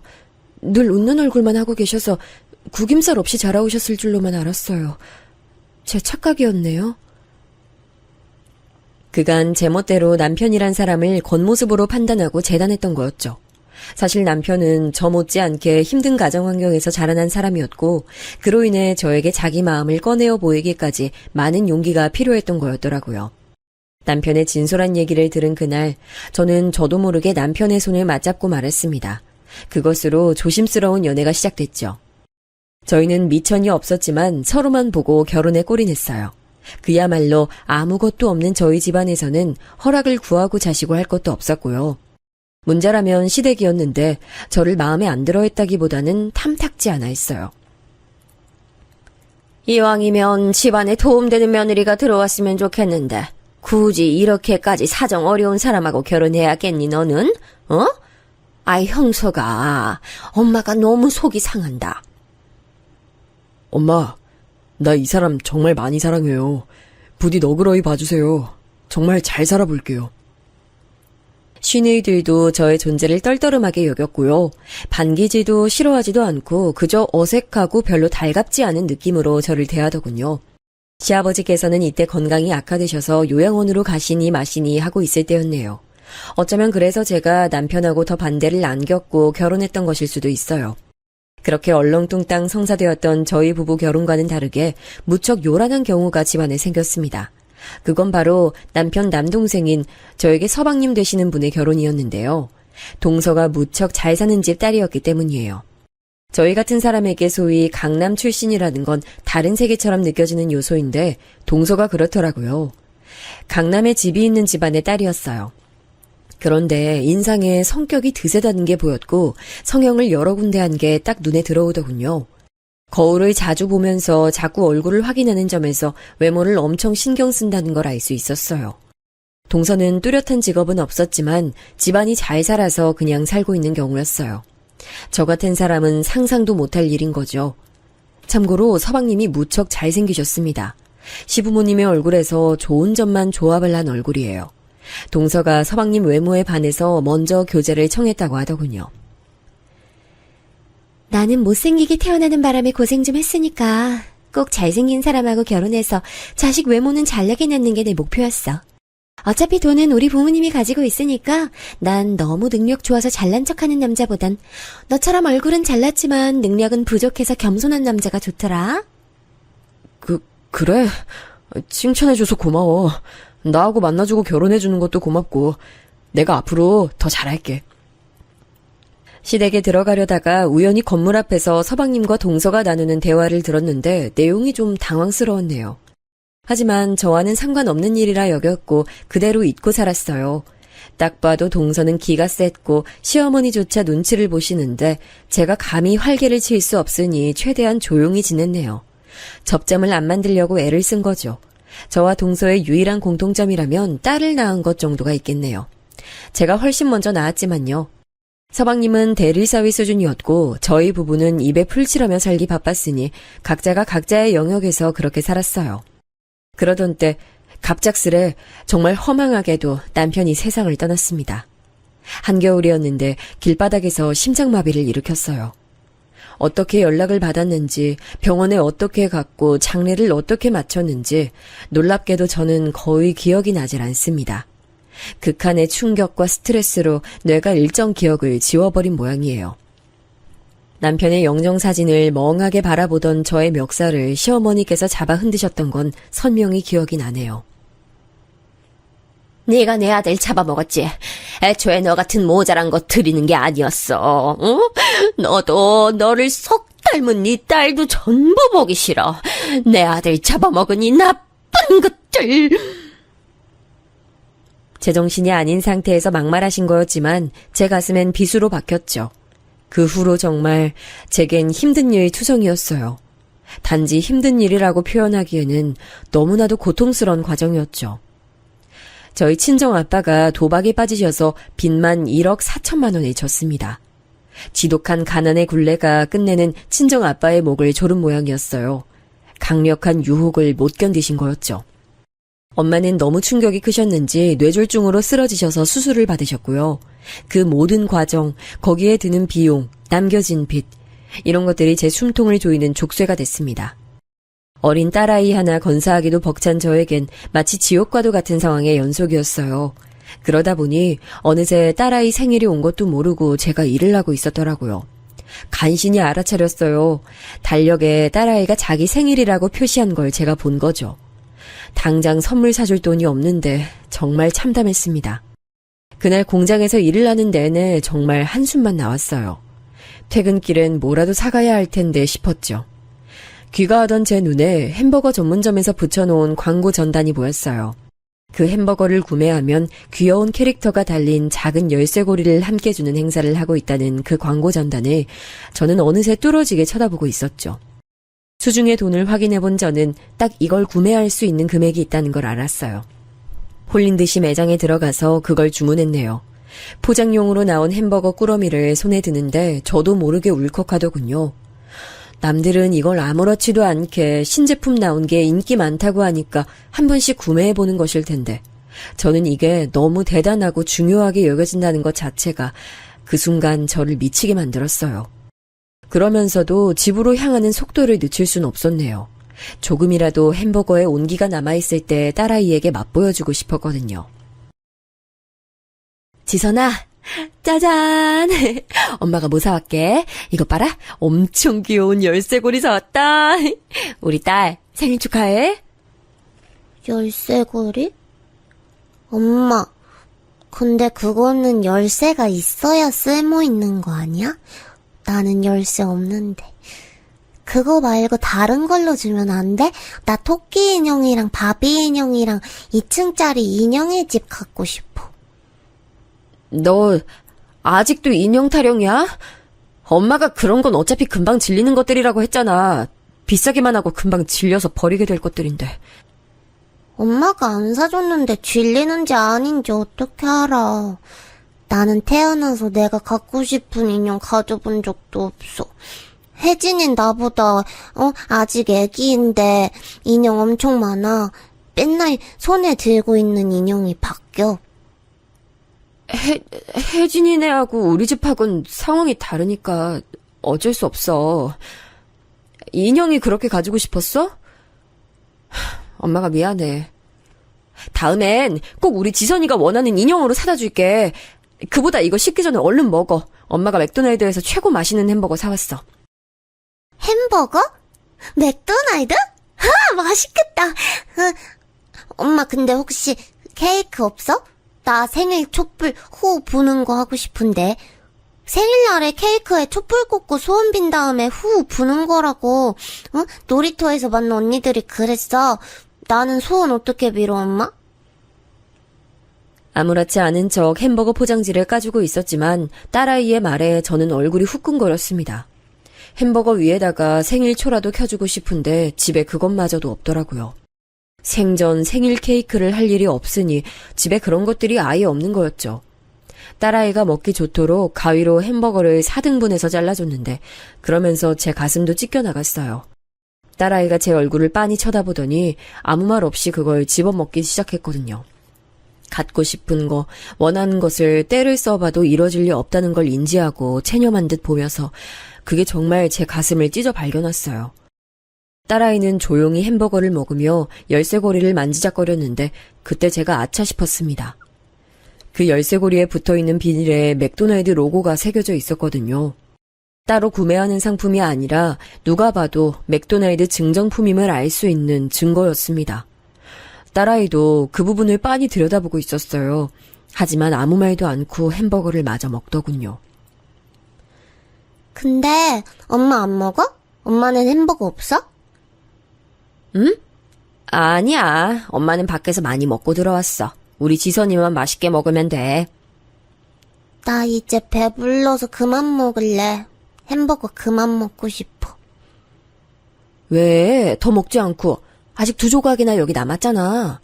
지금 먹기 싫으면 이따가 마저 먹어. 엄마가 이거 잘 밀봉해 놓을게. 아무 때나 먹을 수 있는 햄버거도 아닌데 이런 기회에 잘 먹어야지. 딸아이가 남긴 햄버거를 챙기면서 무의식적으로 중얼거린 저는 이내 한숨을 내쉴 수밖에 없었네요. 아무 때나 먹을 수 있는 게 아니라느니 딸아이 앞에서 그런 표현을 쓰고 싶었던 건 결코 아니거든요. 제가 변명이라도 해보고 싶었는데 딸아이가 어깨를 축 늘어뜨린 채로 자리를 뜨는 모습에 말문이 턱 막히고 말았습니다. 한 손엔 증정품 열쇠고리를 쥐고 다른 한 손으로는 기증받은 동화책을 넘겨보며 구석에서 그렇게 조용히 시간을 보내는 딸아이를 지켜보는 제 심정을 말도 못하게 참담했죠. 지금도 이렇게 막막한데 앞으로 1년, 2년 더 지나면 어떻게 될까? 그때가 됐다고 뭔가 상황이 나아지고 해결이 될까? 하늘에서 돈벼락이 떨어지지 않는 이상 절대 불가능하겠지. 지선이가 학교 다니면 이제 친구들하고 확연히 사는 수준이 비교될 테고 사교육도 어려우니 학업도 뒤처질 테고 그렇게 남들보다 못한 출발선에서 인생 시작했다는 걸 지선이도 점점 알 텐데 나는 왜 잘난 인생도 아니면서 뭘 물려주려고 아이를 낳았을까? 내가 무슨 오만으로 그리 굴었을까? 제 자신에 대한 혐오가 치밀어 올랐어요. 간신히 버텨왔을 뿐 저는 내내 정신적으로 지쳐 있었던 상태였기에 점점 걷잡을 수가 없었죠. 둘도 아니고 딱 하나 있는 내 새끼 생일날에 번듯한 선물 하나 사줄 수 없는 부모. 과연 이게 부모 자격이나 있는 것인지. 자식은 이런 부모 밑에서 태어나고 싶어서 태어난 게 아닐 텐데 그럼 너무 불행한 일생이 아닐지 이런 생각들을 하면서 저는 차라리 내가 죽는 게 내 딸에겐 낫지 않을까 하는 결론까지 도달했습니다. 저 같은 엄마는 영특한 제 딸아이의 인생에 앞으로 걸림돌로 작용할 것만 같았어요. 침대 하나 없이 바닥에 이불 깔고서 곤히 잠든 딸아이의 인생은 이 좁은 공간보다 부디 큰 세상이기만을 바랐습니다. 이때 제가 너무 정신적으로 우울하고 피폐했어요. 어린 딸을 보며 어떻게든 힘을 내고 견뎌내야 하는데 자꾸만 구겨진 햄버거 포장지가 제 눈에 들어왔죠. 딸아이 생일날 간신히 햄버거나 사주면서 맥도날드의 인기 제품이라는 소리나 하는 제 처지가 초라하고 볼품없었습니다. 공장에서 일을 하는 동안에도 제 기분과 마음은 공허하게 어딘가로 떠나 있었죠. 휴게 시간을 이용해 바람을 쐬고 싶어서 근처 빌딩에 올라가 본 저는 무심코 그 난간 앞에 서서 빤히 아래를 내려다봤습니다. 여기서 떨어지면 어떻게 될까? 아플 거란 생각보단 자유로워질 거란 생각이 훨씬 앞서더군요. 아, 이러면 안 되지 싶어서 얼른 발길을 돌렸었습니다만 저는 그 후로도 자꾸만 그 빌딩의 꼭대기를 오며 가며 올려다봤어요. 심적으로 기대고 의지할 데가 없어서 위태했던 그때 저는 시댁에서 연락을 받았습니다. 올해 형석이 기일이 목요일이라서 모이기도 힘들고 또 그 주말엔 다들 일정이 이미 있다 하고 그래서 차라리 한 주 더 이르게 그냥 모여서 얼굴들이나 서로 보고 밥 한 끼 먹으면 좋겠네. 네 생각은 어때? 아, 저는 어머님께서 정하신 대로 하는 거죠. 연락을 무슨 일로 주셨나 했더니 오빠 기일 문제를 이렇게 미리 상의를 주시네요. 아주 감사합니다. 너 지금 나를 비꼬는 거야? 내 피 같은 자식 떠나보내고 힘들어도 너보다 100배 1000배로 힘든 게 바로 나야. 내가 너무 여태까지도 속이 문드러져서 아무것도 못하고 지금도 간신히 너한테 연락하는 건데 네가 그런 식으로 말을 하면 나는 뭐 어쩌라는 거야? 죽으라는 거야? 아니에요. 그런 거 아니고요. 무튼 알겠으니까 한 주 이르게 뵙는 걸로 저도 그렇게 할게요. 그때 봬요. 저는 지끈거리는 머리를 부여잡으며 전화를 끊었죠. 당장이라도 그만 살고 싶고 다 놓아버리고 싶은 마음만 가득했던 저였는데 대뜸 시어머니께서 발끈하시는 걸 들으니 정말 진절머리가 쳐지더라고요. 저는 며느리이고 어쨌든 피 한 방울 안 섞인 남이니까 그렇다 쳐도 당신 아들의 피를 이은 손녀는 궁금하지도 걱정되지도 않으신 모양인지. 이런 걸 따지고 싶은 게 본심이었지만 전부 관뒀네요. 어쨌든 제가 세상을 떠나기라도 하면 제 딸아이는 시어머니께서 키워주실 가능성이 높다고 저는 그 계산까지 했었어요. 시댁에는 동서라는 돈줄이 어쨌거나 있었기 때문에 제 친정보다야 현실적으로 사정이 나았으니까요. 저는 오랜만에 시댁으로 가는 김에 그때 동서를 본다면 대화를 잘 나눠봐야겠다는 생각을 했습니다. 개인주의가 강하고 성격도 별로인 동서지만 어리디 어린 자기 시조카를 어여삐 봐줘서 속으로 도와주고 싶다는 마음이 들지도 모르는 일이잖아요. 저는 그런 심란한 생각들을 복잡하게 하며 그날 딸아이의 옷을 최대한 깔끔하게 신경 써서 잘 입혀갔습니다. 시누이들이 저를 보자 떨떠름한 표정을 하며 눈짓으로 인사해줬고요. 저는 고개 숙여서 꾸벅 인사를 올린 것과 상반됐네요. 이윽고 시어머니께서 다가오셨죠. 너 이제 왔니? 그래. 지선이도 왔구나. 우리 지선이는 갈수록 자기 엄마만 쏙 빼닮아가네. 어째 이렇게 외탁을 했을꼬? 어머님, 아이 보시자마자 그런 말씀 하시는 건 아닌 것 같은데요. 저희 아이 오빠랑 저를 골고루 닮기도 했고요. 얘는 참 무슨 인사치레 한 번을 못하게 하니. 아이 콧대 높게 도도하게 굴어야 할 며느리는 정작 따로 있는데 왜 얘가 이러는 거야? 아유, 난 참 이해가 안 된다. 아이고, 우리 형석이가 어쩌다 이렇게 초복이 박복했는지. 시어머니께서 그렇게 말씀하시는 게 너무 기가 막혀 저는 그저 쓴웃음만 지었어요. 제 앞에서 그런 말씀을 하셔서 당신이 얻는 이득이 뭐라고 그리 구시는지 정말 알 길이 없었네요. 제가 이때 스스로도 확 느껴질 만큼 살이 엄청 빠져 있었고 안색도 안 좋았건만 그런 건 전혀 언급 안 하시는 시어머니를 보며 정말 남이구나라고 생각했습니다. 불편한 식사가 다 끝나고 저는 아이들이 있는 작은 방으로 향했어요. 그런데 동서도 마침 그 방으로 들어오더군요. 명품의 문외한인 제가 보기에도 명품으로 보이는 옷을 빼입은 동서는 단정하게 입는 것에만 치중한 제 옷차림과 비교가 됐어요. 그건 아이들 옷도 마찬가지였는데 동서가 저랑 제 딸아이 옷을 번갈아서 쳐다보더니 이내 팔짱을 낀 자세로 피식 웃더라고요. 자기가 먼저 이런저런 말을 늘어놓더군요. 우리 혜진이가 다음 달에 생일인데 이것저것 준비하려면 바빠서요. 동네 엄마들도 다 불러야 하니까 미리 상의할 것도 있고요. 아이 생일에 그 정도까지 준비할 거리가 있나? 혹시 뭐 어디 장소 대관이라도 하는 거야? 그럴까 싶어요. 레스토랑 먼저 생각했는데 초대받는 입장에선 요즘 뷔페가 가장 좋다길래 저도 지금 그럴까 어쩔까 고민하고 있네요. 아이들도 기본적으로 뷔페 가면 많이 먹진 못하더라도 구경하고 음식 종류 배우고 이러는 것들 재밌어 하잖아요. 괜찮겠죠? 그러고 보니까 지선이는 생일날 뭐 했어요? 올해 생일 이미 지났나? 동서가 그렇게 묻는데 갑자기 제가 꿀먹은 벙어리라도 된 것처럼 입이 다물리더라고요. 제 난처한 표정을 보면서 동서는 피시고 웃었죠. 그러더니 자기 딸하고 손장난치며 놀고 있었던 제 딸을 부르더군요. 지선아, 우리 지선인 생일날에 뭐하고 놀았어? 선물 뭐 받았어? 어디 좋은데 놀러 갔어? 네? 저는 그냥 햄버거요. 당황한 딸아이가 얼버무리듯이 그렇게 대답해버렸고 동서는 기가 막히다는 눈빛으로 그러면서 인매는 웃으며 저를 바라봤습니다. 불가항력적으로 저는 얼굴이 뜨거워지는 게 느껴졌어요.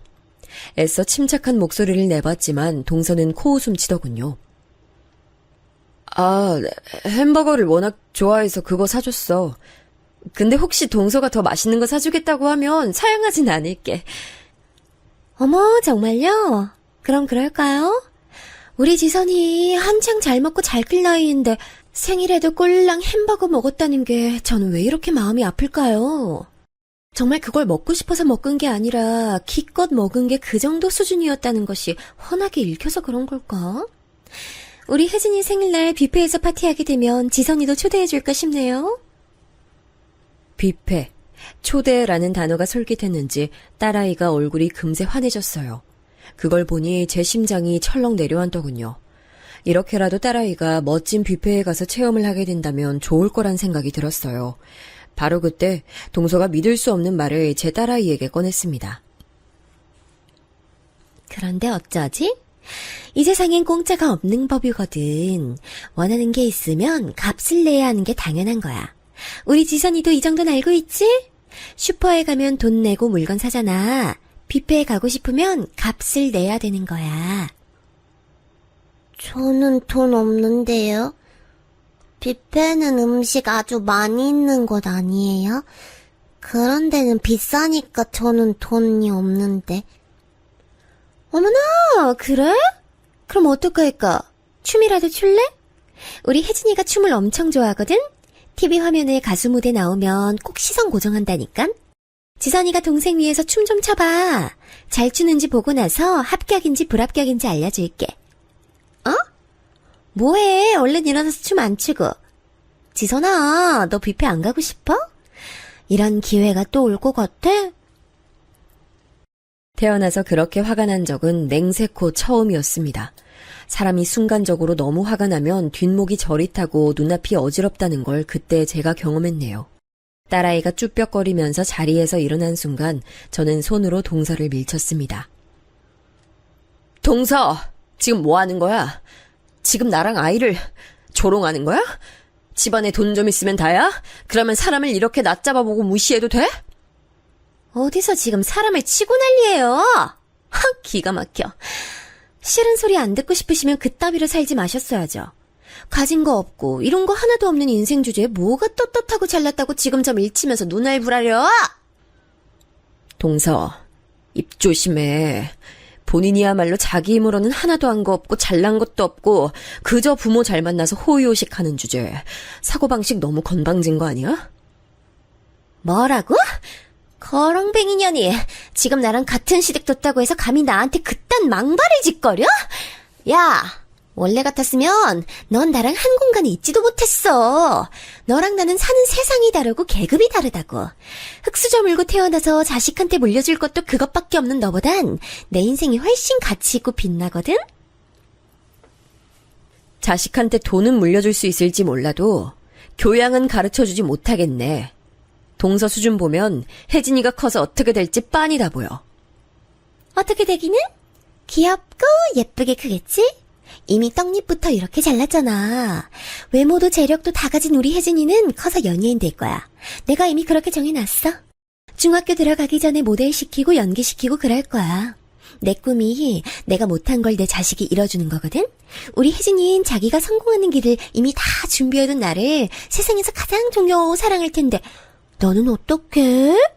자기한테 시궁창 같은 현실만 보여주는 너를 과연 지선이가 존경하고 사랑해 줄까? 동서가 손으로 입을 가리고 푸흡 소리를 내면서 계속 웃어대는데 정말 속이 뒤틀리더군요. 이렇게 못돼 처먹은 사람은 난생 처음이었습니다. 제가 더 이상 참을 수 없어서 동서의 뺨을 한 대 날리려 했는데 바로 그때 제 딸아이가 울기 시작했어요. 저는 그제서야 앞불싸 싶었습니다. 이 추잡한 언쟁을 딸아이가 바로 옆에서 다 보고 있었으니까요. 그걸 어떻게 제가 잠시 망각하고 감정만 앞서서 동서와 다툴 수 있었는지 그 내용을 다 들었을 텐데 정말 억장이 무너져서 딸아이 앞에 무릎을 접어 앉았습니다. 딸아이는 엉엉 우는 소리를 내며 연신 눈물을 뚝뚝 흘리고 있었고요. 그때 울음소리에 시댁 식구들이 다 몰려들었어요. 이게 무슨 일이냐는 듯 다들 궁금한 표정들을 짓고 있길래 제가 그랬습니다. 동서가 저희 지선이 보고 혜진이 생일에 뷔페 가고 싶으면 춤을 춰보래요. 제가 너무 화가 나서 동서랑 다투는 바람에 저희 지선이가 많이 놀랐나 봐요. 참담한 목소리로 그렇게 말했을 땐 동서의 만행을 알리고자 하는 의도가 담겨 있었기 때문에 그랬어요. 하지만 일동 침묵을 지키며 난감한 표정만 지을 뿐 아무도 동서를 나무라지 않더군요. 신용이나마 그렇게 하는 사람이 없었습니다. 어이가 없어서 서방님 쪽을 쳐다봤어요. 이건 정말 너무한 거라고 그렇게 생각하지 않으세요? 서방님이 동서한테 따끔하게 한마디 해주셔야 하는 일이라고 저는 그렇게 봅니다. 아, 글쎄요, 형수님. 저는 지금 이게 무슨 일인지 잘 모르겠네요. 여자들끼리 잘 해결 보면 가장 좋을 것 같네요. 혜진아, 아빠한테 와. 우리 먼저 차에 가 있자. 서방님은 굉장히 곤란하다는 듯이 저하고 눈도 못 마주치고 그렇게 말씀하시더니 시조카를 챙겨서 후다닥 가버리셨어요. 시어머니 신우들은 하나같이 입을 꾹 붙이고 있었고요.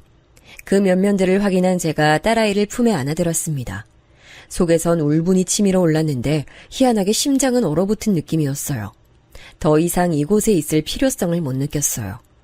딸아이는 울면서도 제 목을 꼭 끌어안았고 제 어깨에 얼굴을 묻었죠. 이런 내 새끼를 두고 내가 대체 무슨 허망한 생각을 품었던 걸까 싶어서 처절한 반성을 했습니다. 오빠 기일은 앞으로 알아서 챙길게요. 앞으로 다들 뵙는 일 없었으면 합니다. 지선이 소식 궁금해 마세요. 제가 혼자 잘 키울 거니까요. 저는 제 스스로에게 하는 다짐처럼 그렇게 말했습니다. 시어머니, 시누이들이 이런 건 예상하지 못했는지 당황한 낯들이 됐는데 그때 제 뒤에서 동서가 웃음이 가득한 목소리로 이렇게 말을 하더군요. 지선이 소식을 대체 누가 궁금해하긴 한다고 그런 말을 하나 모르겠네. 어차피 사는 수준 맨날 거기서 거기일 거 뻔한데. 행복한 소식에 기대되는 우리 집 정도나 돼야 누가 궁금해해주기라도 하는 거랍니다. 동서, 말 그렇게 하는 거 아니야. 그러다 천벌받아. 반드시 후회할 일 생겨. 와, 하마터면 무서울 뻔했네요. 근데 어쩌죠? 형님처럼 쥐뿔 뭣도 없는 사람이 그러니까 전혀 안 무서운데요? 그 못된 말소리에 저는 몸에 힘이 풀릴 뻔했지만 용케 버티고 섰습니다. 왜냐하면 제가 품 안에 딸아이를 들고 있었으니까요. 제가 넘어지면 딸아이도 넘어지는 것이었어요. 동서의 망발에도 찍소리 하나 참견 못하고 죄다 꿀먹은 벙어리들이 된 시어머니와 시누이들을 지나쳐 저는 시댁을 빠져나왔습니다. 차가운 밤 공기가 제 얼굴을 스쳤는데 앞으로 제게 닥칠 앞날이 차가울 수밖에 없다는 걸 말해주는 것만 같았죠. 그러나 저는 품에 안은 따뜻한 딸아이의 체온을 의지해서 앞으로 나아갈 수 있었어요. 무겁지도 힘들지도 않더군요. 엄마가 미안해. 이런 일 겪게 해서 정말 미안해. 그리고 엄마가 이제 2번 다시 나약한 모습 우리 딸한테 안 보일 거야. 엄마가 앞으로 더 강해질 거야. 집으로 가는 내내 저는 그렇게 딸아이를 향해 끊임없이 중얼거렸습니다. 그날 밤 곤히 잠든 딸아이의 얼굴을 어루만지며 저는 동서를 향해 복수를 다짐했어요. 그 모욕적이고도 천박했던 동서의 망발, 반드시 이번 생에서 갚아주겠노라는 다짐이었네요. 이 수모를 저는 잊지 않을 작정이었습니다. 결코 잊을 수도 없었지만요. 그러기 위해선 절대로 죽을 수 없었죠. 아등바등 딸아이와 버텨가며 하루하루 최선을 다해 살아갔어요. 그러면서 제가 늘 잊지 않았던 것, 그건 바로 제 딸아이를 조롱한 동서에게 갚아주겠다는 것이었어요. 동서의 말 맞다나 가진 것도 이룬 것도 없는 제가 맞설 수 있는 수단이 뭐가 있었겠나요? 계란으로 바위치기나 다름없었죠. 하지만 저는 희망을 잃지 않았어요. 왜냐하면 동서가 자기 딸을 연예인시키고 싶어 한다는 사실을 저는 알고 있었으니까요. 그렇다면 무조건 발목을 잡을 수 있을 거라고, 기회가 찾아올 거라고 믿었습니다. 동서 같은 사람이 이용하는 비싼 카페나 식당을 제가 이용할 수는 없었지만 그런 곳에서 일을 할 수는 있었죠. 어차피 일을 해서 돈을 벌어야 한다면 일석이조의 효과를 얻으면 좋겠다는 생각으로 저는 늘 철저하게 움직였습니다. 승현아, 홀서빙 떠느라 힘들지? 이거 주방에서 남은 과일인데 먹으면서 일해. 근데 내가 저번에 사진 보여줬던 그 손님 오늘도 안 왔어? 아니요? 오늘 왔어요. 와, 근데 언니 말대로 그 손님 엄청 싸가지 없던데요? 갑질 장난 아니에요. 누가 보면 재벌이라도 되는 줄 알겠어요. 그래? 서빙하는 너네한테 갑질을 부렸다는 거지? 무슨 일인지 나한테 자세하게 상황 설명 좀 해줄 수 있을까? 주방일, 정원관리 등 보이지 않는 뒷면의 파트에서 저는 일을 했지만 눈과 귀는 바깥에 뒀어요. 외모 컴플렉스, 낮은 자존감을 속 안에 두고 있는 동서는 어딜 가든 여유롭고 매끈한 대처를 하며 지내지 못했죠. 그래서 항상 부스러기를 흘리고 다녔어요. 꼬투리를 잡힐 만한 여지를 늘 두면서 살았다는 것이었죠. 저는 일을 하며 돈을 버는 동안 동서가 남기고 다니는 그런 것들을 족족 다 수집하며 기록했고요. 제 딸아이는 학교 생활을 시작하면서 부쩍 차분해졌으며 공부에 몰두하는 아이가 됐어요. 엄마, 학교에서 선생님이 그러셨는데 공부를 열심히 잘하면 어디로든 갈 수 있는 사다리가 생긴대. 그걸 타면 원하는 곳으로 건너갈 수 있대. 난 그게 무슨 말인지 이해는 못했지만 공부를 꼭 열심히 해야겠다는 것만은 알겠더라고. 엄마, 나 공부 열심히 잘할 거니까 앞으로 지켜봐줘. 우리 딸, 누가 보면 다 큰 어른인 줄 알겠어. 누가 이렇게 일찍 처리될래? 이러면 엄마가 고맙고 미안하잖아. 엄마는 미안하다는 소리 좀 그만해. 엄마가 나 위해서 맨날 돈 벌러 나가는 거 그걸로도 난 진짜 엄마한테 고마워. 내가 꼭 성공해서 엄마 호강시켜줄 거야. 어떻게 이게 어린 나이에 딸아이 입에서 나온 내용이 될 수 있었을까요? 환경 때문에 일찍 철이 들어버린 것 같아서 너무 짠하기도 했어요. 기특한 마음보다는 애잔한 마음이 컸네요. 저희 딸 정말 한 번도 사고 안 치고 학교 생활 바르게 하며 꿋꿋하게 잘 커줬습니다. 그렇게 악착같이 시간은 흘러갔고 그러던 어느 날이었어요. 정말 오랜만에 연락을 해온 이가 있었는데 다름 아닌 큰 시누이였습니다. 올케, 어떻게 지내? 그동안 잘 살았어? 연락을 그간 하고 싶었는데 실행으로 이어지지가 쉽지 않더라. 그냥저냥 잘 지냈어요. 여자 혼자 자식 키우면 어느 부분에서 힘들지 한번 상상해보시면 제 일상이 그려지실 거예요. 근데 웬일로 연락을 주셨어요? 어머님이 저한테 연락 한번 해보라고 형님 등 떠미신 게 아닐까 싶은데. 맞죠? 집안에 저 말고 잘난 며느리 하나 있는데 굳이 왜 이러실까요? 올케는 이런 데서 왜 이렇게 눈치가 좋아? 그래, 맞아. 엄마가 자꾸 올케한테 연락 좀 해보라고, 어떻게 사는지 들어보라고 하도 그래서 내가 전화했어. 그 잘난 며느리 얘긴 하지도 마. 그 싸가지 밥 말아먹은 것 때문에 우리도 학을 뗐지. 이미 꽤 됐어. 원래 싸가지 밥 말아먹은 인물인 것 정도는 다들 알고 계셨잖아요. 근데 새삼 그러세요. 콩고물이라도 떨어져야 그 싸가지를 참아주든 말든 하지. 자기가 번 건 없고 모든 게 지 부모 돈이니까 자긴 함부로 돈 크게 쓰지 못한다나 뭐라나 맨날 그 소리만 해대면서 우리한테 절대 돈 안 쓰더라. 참아주는 것도 정도가 있지. 우릴 완전 개밥그릇으로 보고 점점 막 나가니까 우리도 짜증이 확 나서 작년부터는 아예 안 봐. 민석이도 지 와이프 등살에 맨날 눌리고 사니까 영 사는 맛이 안 난대. 스트레스 너무 심해서 면역질환 걸리고 얼마 전부터 병원 다닌다는데 이러다 이혼하는 거 아닌가 몰라. 큰 시누이가 그간 속에 담아둔 게 많았는지 제게 장장 40분에 걸쳐서 동서욕을 그렇게나 해대더군요. 이야기를 들어보니 서방님도 진작 이혼을 하고 싶어 하시게 됐지만 아무래도 자식이 있다 보니 그게 걸려 꾹 참으며 버티시는 중인 듯 싶었어요. 저와 잘 지내보고 싶다는 큰 시누이의 말을 저는 감흥 없이 흘려들었습니다. 가해자가 아니라고 해서 방관자가 쉽게 용서되는 법은 아니라잖아요. 딱 그런 이치더라고요. 막되먹은 동서 앞에서 납작 엎드리고 자기한테 이익될 거 있을까 싶어 눈치만 살살 보던 시누이들의 모습, 저는 여전히 잊지 않고 있었죠. 그래서 마음은 못 열었지만 시어머니께서 저희 모녀 근황을 너무 궁금해하고 계시다길래 저하고 딸아이가 같이 찍은 사진 몇 장만 전송해드렸네요. 그렇게 시댁에 인연만 다시 붙여놓은 상태로 지내던 어느 날이었어요. 큰 신우가 엄청난 소식을 물어다 줬습니다. 옳게! 그 싸가지가 지 가게 연다고 하더라?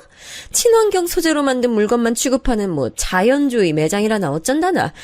혜진이가 요즘 아동복 화본지 뭔지 그런 거 찍었잖아. 그거랑 연결해서 자기 가게 이미지도 챙겨가려고. 벌써 이런저런 작정을 하고 있나 봐. 동서가 자기 소식 올리는 인터넷 계정 제가 늘 확인하고 있지만 그런 소식은 없었는데. 정말 놀랍네요. 무슨 돈이 있어서 그러는 걸까요? 지금까지 딱히 직장 다니지도 않았잖아요. 무슨 돈이겠어? 당연히 지 부모 돈이지. 가게 차려달라고 1년 가까이 울고불고 난리를 쳤다던데? 민석이 말로는 이거 장사 말아먹으면 2번 다시는 국물도 없다고 카드도 정지시켜버릴 거라고 아주 엄포를 놓았다고 하더라. 부모의 재력으로 아주 폼나는 가게를 차리게 된 모양이었어요. 대신 이게 망하면 앞으로는 일절 지원이 없다는 엄포도 함께 있었던 듯 했고요.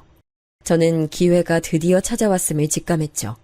그래서 동서 가게가 개업하기만을 학수고대했어요. 몇 달 뒤 아주 번듯한 동네에 그럴싸한 인테리어를 가진 동서 가게가 문을 열었습니다. 깔끔하고 포근한 유럽 감성이 묻어나는 매장이었고 친환경 소재로 제작된 물품들만 취급하고 있어서 그런 것에 관심이 많은 돈 좀 있는 손님들이 주로 방문하더라고요. 원래 그런 것일수록 값이 나가니까요. 주로 집에 아이가 있는 주부들이 이 매장을 반겼습니다. 특히 가게를 연 주인장이 아동복 쇼핑몰에도 모델로 등장하고 있는 아이의 엄마라는 사실이 주부 손님들 구미를 당기게 했나 보더라고요. 그런 집단에서는 뭔가 한 발짝 앞서 나가는 아이 엄마를 보면 금세 선망의 대상으로 삼더군요. 혜진이는 공부와 거리가 먼 아이를 자라 있었어요. 진작에 연예계 쪽으로 장래를 동서가 정해놨으니 혜진이 입장에선 공부를 할 이유를 찾지 못했던 모양이죠. 외모가 서방님을 더 많이 닮아 어여뻤지만 끝이 비틀린 인매가 동서와 너무 닮아 있어서 혜진이 사진을 찾아보다가 놀랐던 기억이 있네요. 동서의 가게는 괜찮은 출발을 했습니다. 거의 시녀처럼 동서를 떠받들어주는 무리가 있던데 그들이 주로 단골이었고 저는 동서가 자기 인터넷 계정에다 혜진이의 화보 사진을 올리며 자기 매장을 홍보하는 글을 올린 날 결심했죠. 미친 복수를 실행하기로 말이죠. 저는 익명의 계정을 만들어서 동서가 올린 글에 댓글을 달았어요. 옛날에 상하 레스토랑에서 일할 때 손님으로 오신 사장님 몇 번 뵌 적이 있었는데 그때 사장님 때문에 너무 힘들어서 정신병 걸릴 뻔했어요. 본인 가게에 본인 같은 손님이 오면 어떻게 하실 건가요? 그러자 그 댓글이 사람들로부터 엄청난 관심을 끌었고 동서는 이내 그런 곳은 간 적도 없다고 딱 잡아떼는 반응을 보였습니다. 예상했던 바였어요. 저는 그때의 일지를 날짜, 시간, 동서의 옷차림까지 상세하게 적어서 보관하고 있었기 때문에 그냥 그걸 그대로 올려버렸습니다. 그때부터 사람들이 놀라서 동서의 계좌에 몰려들더군요. 친환경 물건들을 팔고 친근하고 세련된 이미지를 구축해서 장사하고 자기 자식은 아동복 쇼핑몰에 나오고 있어서 얼굴도 공개되어 있는데 어떻게 이런 추잡한 과거 행적을 보유할 수 있는지 사람들은 믿을 수 없다는 눈치였죠. 정확히 사흘 뒤에 동서는 사과문을 올렸습니다. 벌써 9년 정도 된 옛날 일이라서 기억은 안 나지만 사과는 하겠다는 두루뭉술한 내용이었네요. 그렇게 진화를 하려던 모양이었습니다만 저는 이틀 뒤 다른 계정으로 새로운 과거 행적을 내밀었어요. 그 다음 날에는 또 다른 것을 게시했고요. 그러자 동서는 아예 자기 인터넷 계정을 삭제했습니다. 저는 지역 동네 주민들이 이용하는 인터넷 사이트에 가입해서 그곳에 동서의 이야기를 올렸어요. 그러자 그 동네 엄마들이 난리가 났지요. 자기는 집안도 잘났고 자기 능력도 뛰어나다고 하더니 그게 아니라 오로지 부모 돈이었다고요? 게다가 사랑받는 며느리라고 하더니 손절을 당했다고요? 이 사람 아주 웃긴 사람이네. 시집살이 당해서 고생하는 경우는 꽤 봤는데요. 자기 시댁 식구들에게 막말 날리는 막장 며느리는 처음 봅니다.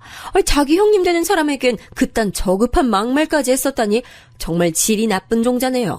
이런 사람이 아는 가게? 저는 안 가렵니다. 어쩜 이렇게 무례한 언행만 일삼으며 살아왔을 수가 있죠? 이런 못된 여자가 키운 딸도 모전 여자는 아닐까요? 굳이 잘되게 도와주고 싶지 않아요. 이 여자 딸이 모델로 있다는 쇼핑몰, 저는 오늘부터 이용 안 할 거고 주변에도 소문 다 낼 거예요. 그 딸이 곧 중학교 들어간다던데 어디로 배정받았을까요? 무조건 피하고 싶네요. 이런 사건에 큰 관심을 가지는 집단이 바로 아이 엄마들 같더라고요. 엄청난 반응이 쏟아졌고 제가 얼마 뒤에 확인해보니까 아동복 쇼핑몰 사진에서 혜진이가 빠졌더라고요. 그리고 저는 모르는 번호로 연락이 와서 고민하다가 받아봤는데 동서였어요. 야, 너지? 이거 네 짓이지? 내가 암만 생각해도 너밖에 없어. 이딴 무서운 짓을 벌여? 너 정말 미쳤구나! 무슨 말을 하는 건지 전혀 모르겠는데? 목소리를 들어본 게 지금 얼마만이더라? 거의 10년 됐지? 강산도 변하는 세월인데 내가 너 같은 걸 신경이나 쓰고 살았을까? 난 우리 지선이 일로 바빠. 내일은 마침 또 발명품 대회 시상식 하는 날이네. 우리 지선이가 대상이야. 지난달에는 글짓기 100일장에서도 대상 받았는데 과목을 안 가리고 너무 다 잘해서 탈이지 뭐야? 혜진이는 잘 지내지? 우리 지선이만큼 전교 1등은 아니더라도 반에서 1등 정도는 하면서 살겠지? 갑자기 애 얘기는 왜 꺼내? 사람 복장 터지게 하고 싶어서 환장했니? 짜증나게 진짜! 그러더니 전화를 끊더라고요. 저는 후련한 심정으로 그날 딱 아이하고 외식했습니다. 너무 기분이 상쾌하더군요. 악착같이 동서의 흔적을 좇으며 살아온 보람이 있었어요. 불과 2달 뒤에 동서의 가게는 문을 닫았습니다. 장사가 안 되는 건 둘째치고 비난이 들끓으니 본인이 힘들었나 봐요.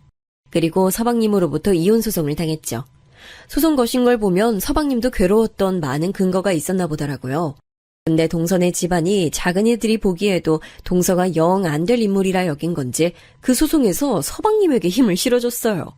결과적으로 이혼했고 서방님은 집이며 재산 반까지 챙겼고요. 동서는 혜진이와 함께 자기 친정에 들어가 살게 됐습니다.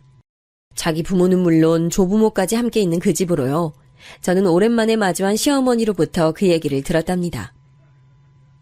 그것이 아주 죽을 맛이라고 악다구니 쓰고 거품 물면서 눈까지 뒤집으면서 그 집 안 들어가겠다고 난리를 쳤대. 민석이 붙잡고서 다시 잘해보자고 그 앞에서 무릎까지 꿇고 울었다는데 우리 민석이가 미쳤나? 거기에 넘어가게. 꼼짝도 안 했지. 아이고 망할 싸가지. 이제 카드 한 장 없이 그 집에서 자기 조부모 수발 들면서 살게 됐다는데 이 세상에 인과응보는 있는 거구나 싶네. 근데 어머님께선 굳이 왜 저를 따로 보자고 하셨어요? 그게 내가 세월 지나보니까 우리 형석이한테 참 부족한 엄마였다는 생각 들고 너하고 지선이한테도 내가 너무 모나게 굴었었구나 싶고 이래저래 마음이 복잡하더라. 민석이가 자기 처자식하고 살던 집 그거 처분하면 나랑 살겠다고 여기 들어온다는데 처분한 돈은 너한테 줄까 해. 그걸로 지선이 대학도 보내고 시집도 보내고 그렇게 해. 여차하면 너도 새로 짝을 찾든지. 상상도 못한 이야기라 벙쪄 있었어요. 무척 진심이신지 시어머니께서는 씁쓸한 낯으로 진솔한 눈빛을 하고 계셨죠. 시누이들도 동의한 내용이더라고요. 제가 10년간이나 재혼을 안 하고 누굴 만나지도 않고 그저 딸아이만 보며 살아온 게 시댁 식구들에게는 많은 인상을 남겼나 봐요. 서방님은 부잣집 여자와의 힘든 결혼 생활 뒤에 남은 그 재산의 반절 이상 되는 것을 제게 넘겨주셨어요. 아무런 미련 한 톨 보이지 않으셨기에 제가 차마 만류할 엄두조차 안 나더라고요. 그 정도였네요. 당시에는 사실 너무 얼떨떨한 채로 그 과정을 지나왔는데 상황이 끝나고 나니까 그제서야 실감이 났죠. 저희 모녀에게 이제 돈 걱정이란 없는 거였어요. 영특한 딸아이 덕분에 저는 돈 관리도 걱정 없이 하면서 지내왔고요. 공부를 무척 열심히 잘하는 딸아이지만 다른 하고 싶은 꿈이 생기면 언제든 그걸 향해 달려가라고 저는 조언합니다. 저희 딸아이에게는 발목 잡힐 과거 따위 없으니 유명인이 되든 어쩌든 상관없으니까요. 앞으로 저희 모녀가 남은 날들을 무탈하게 잘 지내도록 바라봐 주시면 고맙겠습니다.